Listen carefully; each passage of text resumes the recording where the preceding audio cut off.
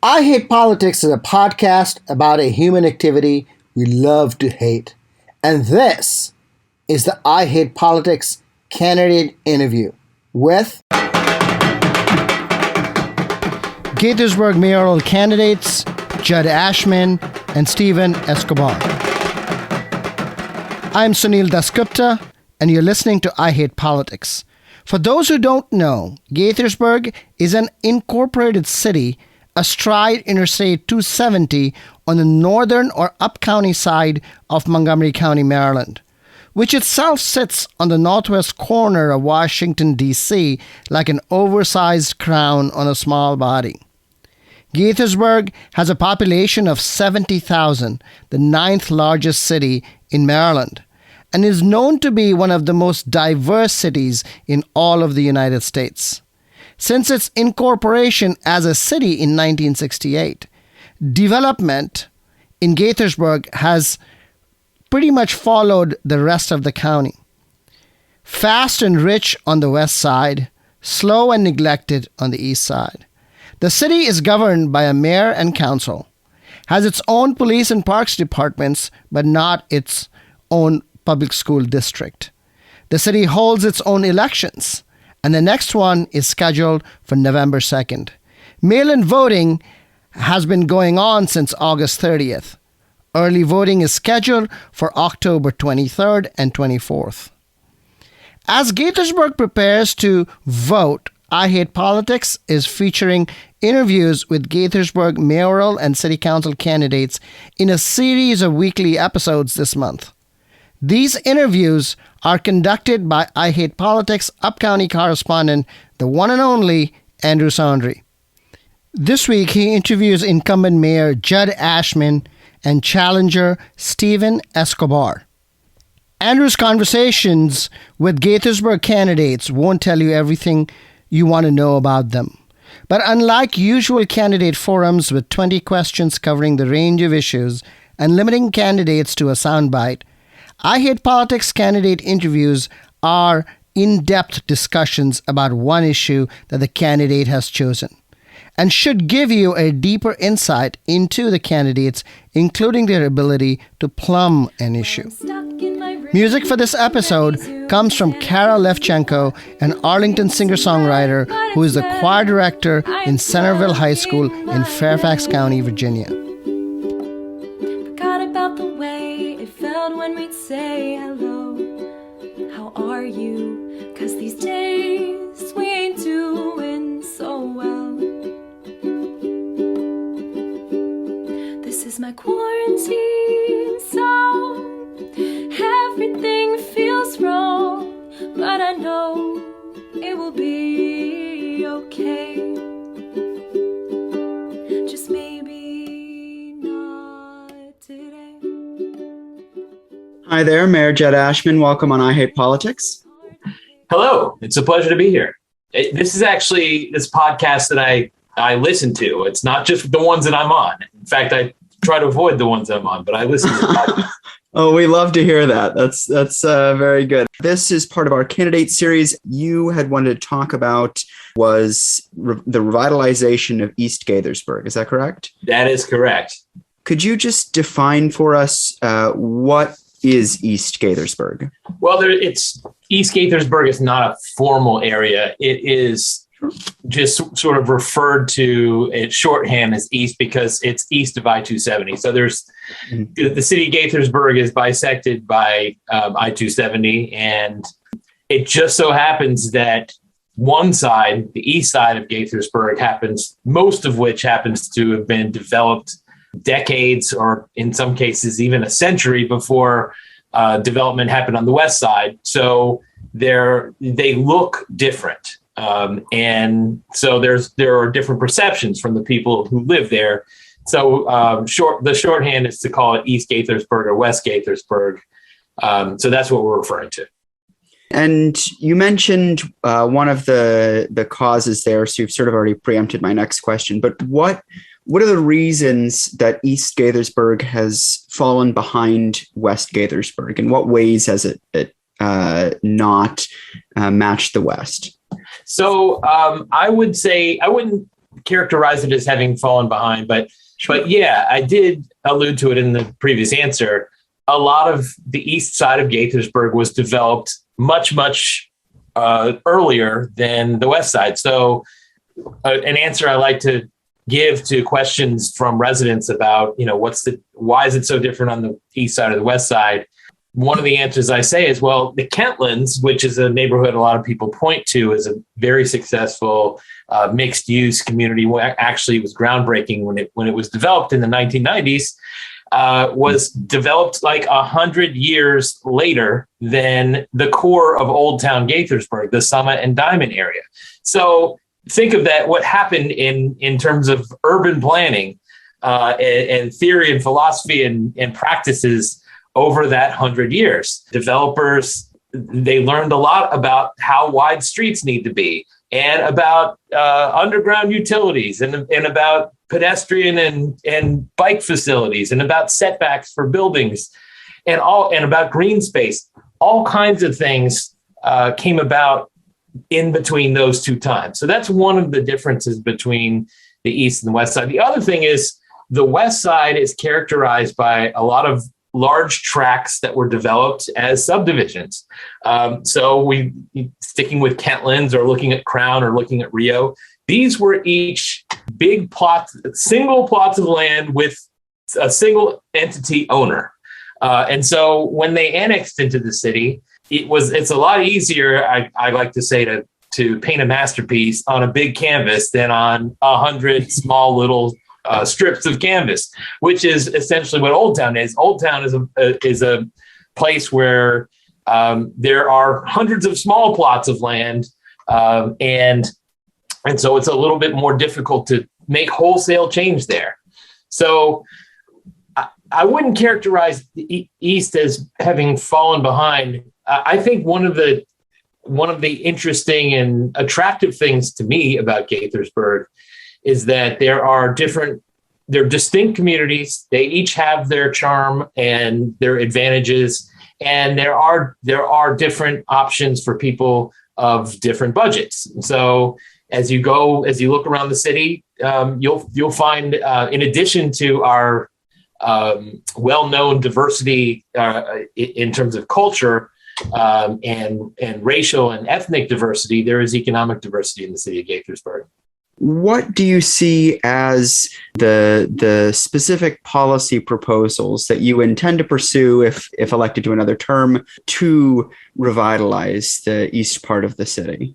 Well, so I was on the city council from 2007 to 2014, and then I've been mayor since 2014 after our former mayor, Sidney Katz, moved to Montgomery County Council. So I've been at this for a while, and what characterizes my campaign here is not a new policy prescription for the East Side. It's a continuation of efforts that I and my colleagues have been making since I have been elected in 2007. And what I'd say is our job is to create, there are some things we have control over. We can try to implement programs and bring about circumstances that make it more palatable for the private sector to come in and redevelop something. For example, back in 2008, when I'd only been in office for a year, we applied to the state for an enterprise zone designation in Old Town Gaithersburg, which conveys a number of tax advantages to commercial development and mixed use development as well in the city. And so that's been in place. There are 10-year time periods that it's in place. So it was in place from 08 to 18, and then we renewed it and actually expanded the area. And now we have the enterprise zone until 2028. But we've also budgeted money for economic development incentive programs. We have something called our toolbox matching grant program for companies, and we really use it for commercial who want to build out space, and the city will provide a matching grant up to a certain amount of money to help offset those costs and make it more attractive. And we're starting to see some movement. There are some There's some, what I call a gentle momentum happening in Old Town on the east side of Gaithersburg. We just had a biotech move in called Silvec Biologics. We just had a homemade pasta manufacturer move in. I think it's called Open Hand Pasta. Forgive me if I got the name wrong. And we're seeing some restaurants reopen. There's a restaurant opening where the Buffalo Billiards was. So there are things, there's a couple of mixed use developments, small scale, but still, that are being considered in Old Town. So I think it's a good indicator when people are looking to invest in an area. And so we're having some success. My platform is really about continuation about the good things we've been doing. So a lot of the things that you talked about there were incentives type programs, tax incentives or grants or programs like that to private industries.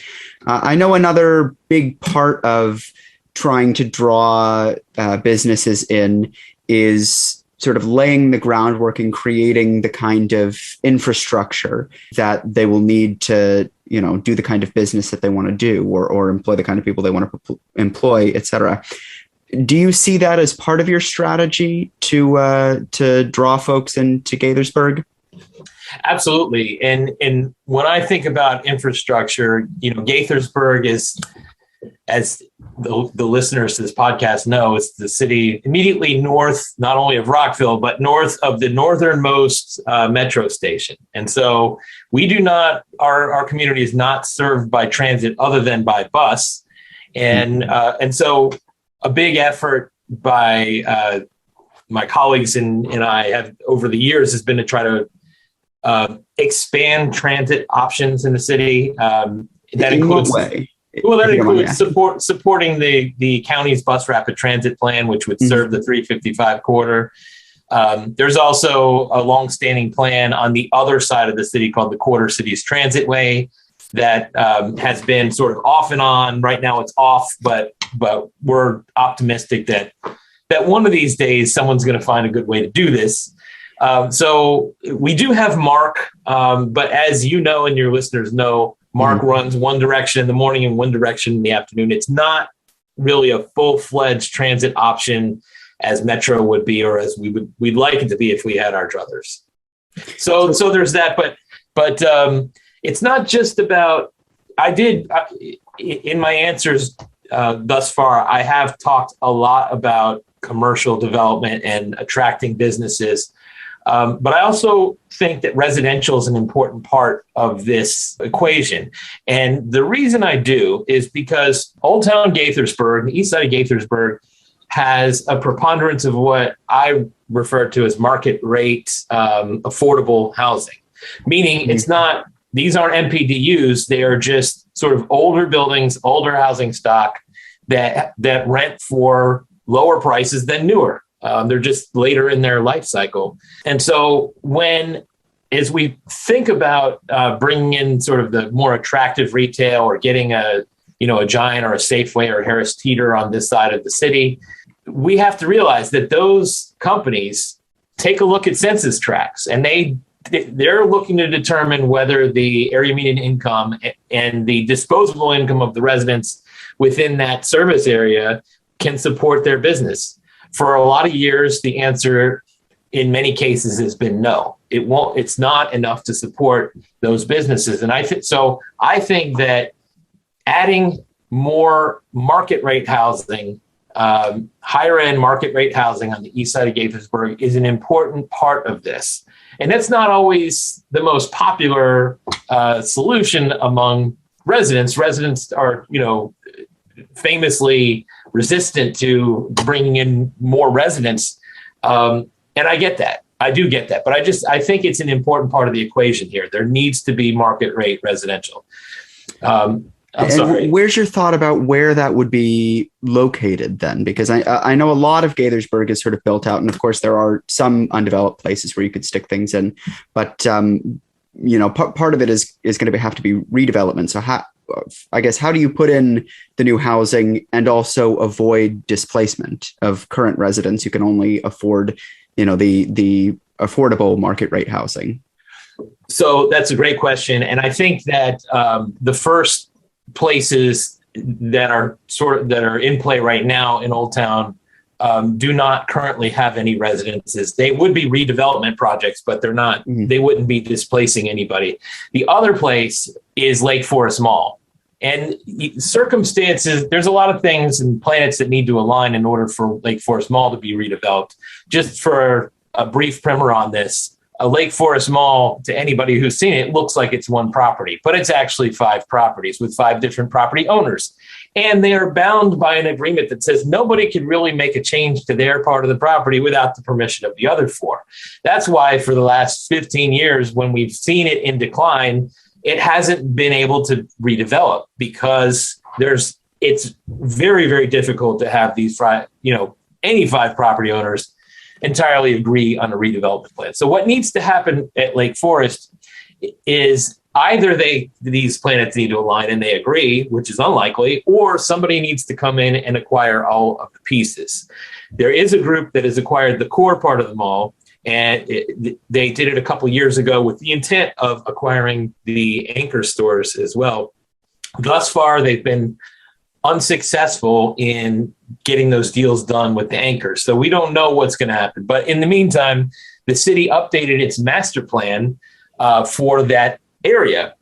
And for those who don't know, aren't as conversant as you guys on master plans, what a master plan is sort of it sets broad parameters for what can be done on a property and recommendations for what can be done. So it's not super specific, like it says, oh, this piece of the property, there has to be a 6-story thing here, or it doesn't work exactly that way. What it does is it says, we recommend that the property gets rezoned into a mixed use zone, that it should have certain percentages of townhouses and multifamily and the sort of what was called at one point missing middle, but I'm forgetting what the term is currently. Or duplexes, triplexes. Yeah, that sort of stuff. Right. And then there should be commercial and retail and certain percentages. So it basically sets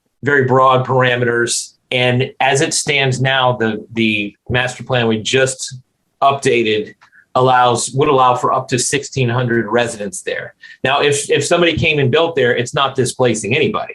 There's nobody currently living at Lake Forest, so far as we know.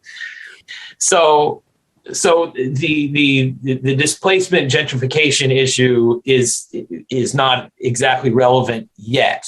But there was a project, I want to say about 10 years ago, where a building was redeveloped and there was displacement, and the city was very thoughtful about it. We actually set our staff to reach out and basically hold the hand of every family unit that was being displaced and help them relocate. We made a deal with the developer who was raising the building and building something new.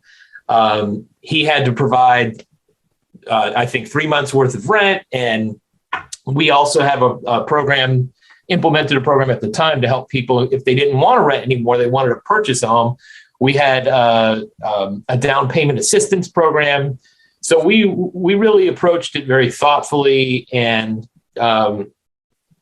intentionally to try to help those people. So if we do get to a point where there is a redevelopment that's going to displace people, I guarantee the city of Gaithersburg is going to do it the same way, but we're not there. Good. So it sounds like for the most part, it's developing on commercial properties, and that sort of sidesteps the issue for the short term. Correct. Gotcha. So I sort of want to follow up on the Lake Forest Mall, because I know that's a big part of the conversation between a lot of the different candidates who are running for office in the city. Do you have a sense of how long it will take? And granted, I know there are a lot of sort of uncertainties in there. Great question. And I wish I knew the answer. It's not entirely empty. Macy's is still operating. And they do have a few tenants in the core mall. But for the most part, it is empty. And if it could happen tomorrow, if somebody could come tomorrow and acquire all these pieces and come to the table with a redevelopment proposal, there would be nobody happier than me. It's the thing, if there's anything about Gaithersburg that keeps me up nights, it's Lake Forest Mall. So at this point, there are circumstances entirely outside of our control. It needs to be either those two things need to happen. Either the 5 property owners need to come together on a project, on an application, or someone needs to acquire all of them. But it's not like any one of them could approach us with an application because they're bound by their reciprocal easement agreement. Is there anything that you think the city can do to facilitate them coming together in some capacity? We certainly, we try, but no, it's not. I think it's the 5 different owners have 5 different financial strategies, and they're operating from 5 different playbooks. Mm-hmm. And so there's not really anything that we could do. It's not impossible for it. Theoretically, I'm not saying this is something the city would do, but cities can acquire properties like this. They can use eminent domain or just outright purchase it from the owners. But that's not in the cards for the city of Gaithersburg. Our budget's just not large enough. Mm-hmm. Our budget is $65-70 million. And I think acquiring Lake Forest Mall alone would be, much less developing it, would be substantially more than our entire budget. Mm. So I want to jump back a little bit to transit, because you talked about that earlier. Because a lot of the decisions made there are also out of your hands. Those are decisions that are made by the county or the state, or in some cases, the federal government, if they're giving grants via this infrastructure package. But do you see the city as having a way of interacting with the county or state to try and get them to put up and invest in these projects? I know there was the big fight over 270, and there's been some promise that they'll get the Quarter Cities Transitway or the BRT as a result of that. But, is there a way that you think that you can better push for that? Well, we advocate before the county and the state regularly. And I feel like they're generally good partners. When it comes to the bus rapid transit plan on 355, there are a couple of choke points at this, like natural choke points on 355 within the city of Gaithersburg that we knew about when the BRT plan was first proposed. And so we actually put money into, I forget how much it was, $250,000, something like that, into an engineering consultant to go through the area that would be where the constraints are and recommend the best ways that BRT can get through along with traffic. So we did that and we handed it over to the county. And I feel like that was real. It was something we didn't have to do. It's just BRT meant a lot and it continues to mean a lot to us, the promise of it. And so we invested in it, and someone was going to have to figure out how to get through those choke points. So I know the county was appreciative that we did it. And I think they're going to be taking the recommendations ultimately that we've given them. So we act as partners. We do put our money where our mouth is at, when it's appropriate, but, we have to do it within reason. Our budget's, a small fraction of what the county's, and even smaller fraction of what the state's is. So there's only so much we can do. So I think the big question that sort of builds on a lot of this, conversation of redeveloping in East Gaithersburg, of transit, of Lake Forest, et cetera, is what is it about this moment that makes these either uniquely important or uniquely possible? Why now, so to speak? Well, it's not, when you say why now, I think, well, it's not actually, this is not a new thing. Back in 2007, when I was first elected, I was talking about revitalizing the East Side. I think, as I mentioned before, we have sort of a gentle momentum going and the reason we do is because the economic circumstances are starting to go our way. There's some other things that need to happen, and it could be that that the catalyst for all this is Lake Forest Mall, and it could be that the catalyst for this is in Old Town. I don't know exactly where it's going to be. We have some really good momentum going on, sort of at the northern end of Gaithersburg and 355 with the Spectrum community. That's been very successful, and they're actually coming back to us to bring in more residential. But in terms of why now, it's not really now. We've needed it, and we're going to continue to do everything we can to help move that ball forward. Thank you very much. Do you have any additional things that you'd like to add? I'd like to tell the voters to come visit me at votejud.com or on Facebook, Mayor Jud Ashman. And I'm very available for questions and comments and interested. I wake up every day proud and mindful of the responsibility they've given me. I love the job, and I'd like their support to keep it. Well, thank you very much, Mayor Jud Ashman. Thank you. This is my quarantine song. Everything feels wrong, but I know it will be okay. Just maybe not today. It'll be okay one day. Hi there, Stephen. Thank you for joining us on the I Hate Politics podcast. Hi, Andrew. Thank you for having me. All right. So you said today that you wanted to talk about the beginning of Hispanic Heritage Month, which I should let viewers know we are recording this on September 15th, which is the beginning of Hispanic Heritage Month. And you said you also wanted to talk about service members in the Gaithersburg community. So I want to start off on that note, just to ask, do you know how many service members and veterans there are living in Gaithersburg? Currently, actually, that statistic is not out of how many exact active duty service members or veterans that currently live in the city, but it is in the hundreds, if not thousands. Great. Do you feel that Gaithersburg is a community that attracts a lot of service members or veterans? Absolutely. And that's because of just the nature of the DMV area, Montgomery County, and especially the city of Gaithersburg, where we have so many federal agencies in and around the city of Gaithersburg, like NIST, Department of Energy in Germantown, and multiple others in the surrounding cities like Rockville. So you think that jobs, of course, are a big part of the appeal for a lot of current and former service members to move into the Gaithersburg area. Do you think that there are other amenities that the city provides or could provide that would make this community more hospitable or easier for folks to settle in? Yes, there are a few areas where I would definitely like to see improvement on how we support our veterans and active duty service members and dependents.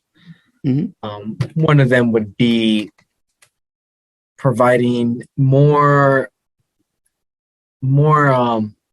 workshops for veterans on how to transition back into the civilian life, or coordinating with the federal and organizations that already provide that, to just bring more awareness of returning service members from combat zones on how they can better integrate into our society and specifically learn about the services that the city provides. Because there's a lot of services that the city already provides that most people don't already know. So that's something that I want to work on. So as you mentioned, a lot of the services that are provided for veterans are provided by the federal government, the VA and others. What do you think the city can do to complement those existing programs? Yeah, so the federal, state, and some county resources are available. What I want to do is I want the city of Gaithersburg to work in conjunction with those agencies and organizations to better to create a more cohesive connection so that there's like a one-stop shop. Like we can go to this location in the city, and the city right there, we can explain there's these programs, there's this program, these are here, these are there. This is how you start this program. This is how we can help. Because right now there's a lot of programs out there right now, but they're not all integrated at one central location where we can say, hey, this works best for this situation that you're currently going through. Sure. So like a municipal office of Veterans Affairs or something like that. Exactly. Kind of like how Montgomery College has their Veterans Affairs office on how to work around all the federal, state grants and loans that they provide to military members, because it gets very, very confusing, and you really need a subject matter expert to know how to find these programs, let alone navigate the process. And what is your thought about how you would work with each of these other layers of government, the county, the state, the federal government? How would you sell them on the idea of a municipal office that is a headquarters for these kinds of activities? I would bring to them to their attention of what I was just explaining, how, we have all these resources from every level, from federal all the way down to local, but the integration or the one-stop shop resource is not readily available. Yes, there are many websites out there. There's many websites out there, but it's very hard to navigate some of this stuff when you don't have a person right there to walk you through, hold your hand through these programs. And that's what I wanted to bring to these agencies. How, like, we're not trying to reinvent the wheel. There's no reason to try to reinvent the wheel when there's already so many wheels out there. But I want to create, like I said, a one-stop shop where we have all these wheels at this location, and we can help the service member or the veteran navigate through these stuff. So the other core component of this conversation is, of course, marketing. And making sure that folks know about the resources that exist. So how would the marketing of this kind of a center work? How would you get that information to folks who need it? Social media. Social media is huge.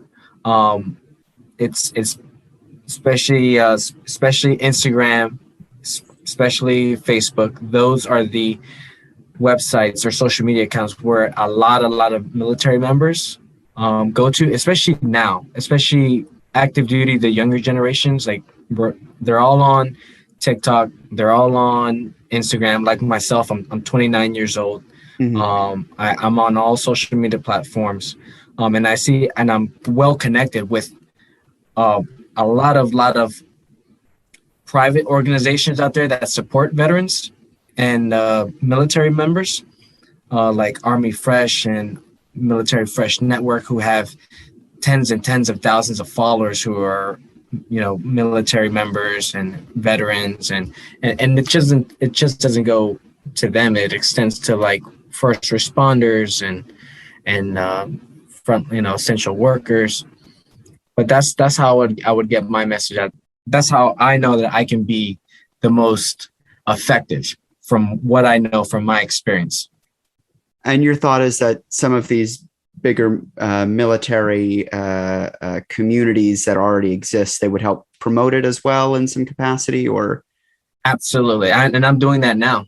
So sort of building on that, obviously creating an office of that type and presumably hiring someone to staff that office and pulling in different agencies and organizations from across the region is going to cost some money. So where do you think the city of Gaithersburg should get the funding for creating this kind of an office? The funding for this office, I wouldn't estimate more than maybe 100,000. This is really an objective that one person could run. There's many offices where I know it's like the Montgomery College Veterans Affairs, where there's just one individual who is in charge of that whole program. Mm-hmm. And she is very well connected. She knows the point of contacts of exactly where the agencies are, how to get in contact with them, how to expedite the process. So it would really only be one person who would do this. I wouldn't expect that budget for this project to be more than $100,000. Now, where we would get that money, the city of Gaithersburg has a budget of $70 million, an annual budget of $70 million, and we've been in the green every single year. The city has been very fiscally responsible. Are there any other programs that you think the city could provide, or policies that you think the city could implement that would be beneficial to service members and veterans? I want to show more appreciation, especially now more than ever, because the military as a whole right now, I will tell you from my personal opinion and from the dozens and dozens of my fellow soldiers, we're demoralized a little bit. We just lost the longest war in the history of this country, 20 years in Afghanistan. We went over there to win hearts and minds, and it literally backfired on us within 11 days. And it's demoralizing. All the lives lost, all the time spent, all the divorces, fatherless sons and daughters and widows. We're all thinking, like, we've been watching the news, we've been watching everything that's going on, and we wonder, well, why? It's upsetting, and it's upsetting just talking about it now. But I really want to show more appreciation to the military, especially here in the city where I can, and that's either through maybe like a parade, but that wouldn't be just for military. It'd be for like all first military, first responders, not just for the military, and maybe introducing reduced or waived fees for city activities. The city has many activities like mini golf and the water park at Boyer Park, maybe reduced fees or waived tickets for the military member and their dependents. I just want to show more appreciation all around. I want to pivot a little bit to talk about the other topic that you wanted to bring up. It is the beginning of Hispanic Heritage Month. And of course, the city of Gaithersburg, to my knowledge, has never had a Hispanic mayor. So you would be the first if you were elected. But broadly speaking, the city of Gaithersburg has, like so many other parts of the county, an east-west divide. And I know that the current administration and previous administrations, and both at the county level and the municipal level, have taken a variety of steps to try and reduce that divide. But there is certainly an east-west divide along ethnic lines and class lines. And what is your thought as to what the city can do to better integrate the community and reduce the wealth division across the city? Yes, there's definitely a divide, and it's something that has been kind of really, really brought to my attention since the beginning of my campaign. I lived on the east side of Gaithersburg for 13 years, graduated from elementary, middle, and high school from the east side of Gaithersburg. So I'm very, very familiar with the east side of Gaithersburg. Lake Forest Mall was where we used to go after school. It was a great time. There's majority of the Hispanic population that lives in the city of Gaithersburg are more concentrated on the east side. And there is a divide. I don't think, as much as we try to, well, Lake Forest is a huge topic on that as well, on how we can bring inclusion, throughout the city. But I really think that maybe all the policies or all the changes that we do, I don't think it'll be enough. I really think we need a voice, una voz que representa, a voice that represents across multiple ethnicities. As a bilingual candidate, and I believe I can bring more inclusion from the east and the west side. I just sort of want to follow up there. Are there specific policy initiatives that you think the city should do that would mitigate at least any of the wealth disparity between the communities in the east and the west? Yeah, there seems to be more progress on the west side, that's for sure, without a doubt. As far as policies, now the city does a very good job, and I've noticed more through this election how every publication that they send out, whether it's by mail, it's English and Spanish, which is very, very good, because there's thousands of residents here in the city who Spanish is their only language. I have multiple in my family, dozens. So Lake Forest, I think, is the key to bringing that Kentlands model over to the east side. It really is. And what do you think should be done with the Lake Forest property? The Lake Forest property right now has a very, I would approve of the master plan that was approved for Lake Forest. I definitely would. I have to give credit where credit's due.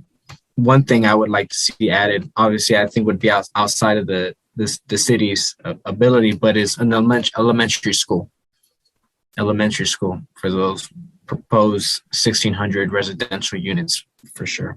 Yeah, no, it's the Lake Forest thing. The Lake Forest is a very, very complicated issue. It's not something that you can.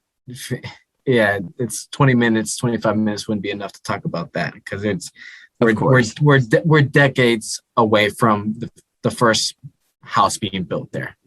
You think it'll take decades? Is the thought? Absolutely. As in the real estate profession, like one example, and I know we're probably getting off topic here, but Crown. That's all right. Look at where Crown is now, from where it started. Farmland. That was about 6 years ago. But before it was farmland, there was years of surveys, permits, studies done. And we're talking about a mall, an entire mall, 202 acres of a mall and parking lot with 5 different owners who cannot come to an agreement. First, they have to come to an agreement, then the development or the plans, then the demolition. The demolition alone is going to take years, let alone the permits and the studies and all that. So yeah, unfortunately, I wish the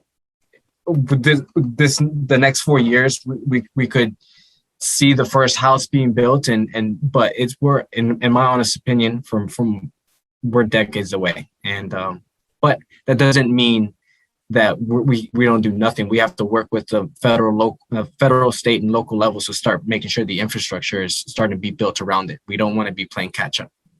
So I should sort of jump back to the topic we were talking about, but I do appreciate the tangent here because it's always interesting to hear what folks' thoughts are on the Lake Forest redevelopment. It's certainly one of the key issues in this race. I do want to touch on one question that I ask all of the city council candidates and all the mayoral candidates, and that is a lot of the big decisions that are made by the city council and the mayor are done under the advice of the various different commissions and boards that advise the mayor and the city council. As mayor, you would have the ability to make appointments to each of those boards and commissions.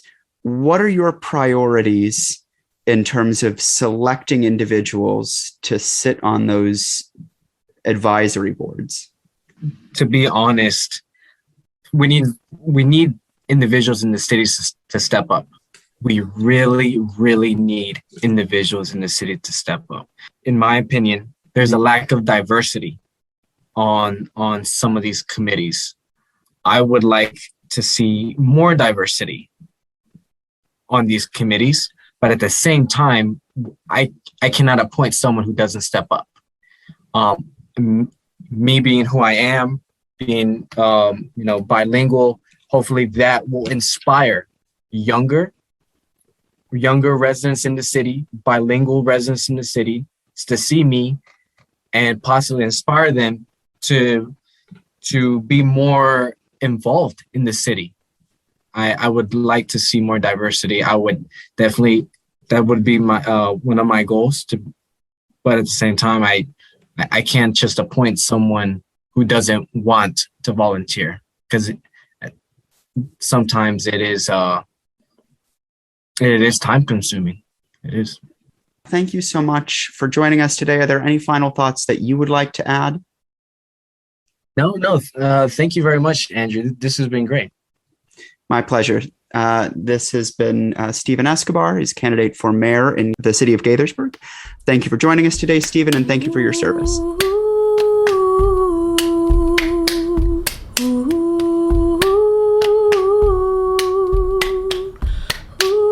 That was Andrew Saundry interviewing Stephen Escobar and Jud Ashman, who are running to be mayor of the city of Gaithersburg in the November 2nd elections. You can find out more about Jud Ashman at votejud.com and Stephen Escobar at voteescobar.com. Music for this episode came from Arlington singer-songwriter Kara Levchenko, who is the choir director in Centreville High School in Fairfax County, Virginia. See you next time. Bring it in a bucket, Sylvie.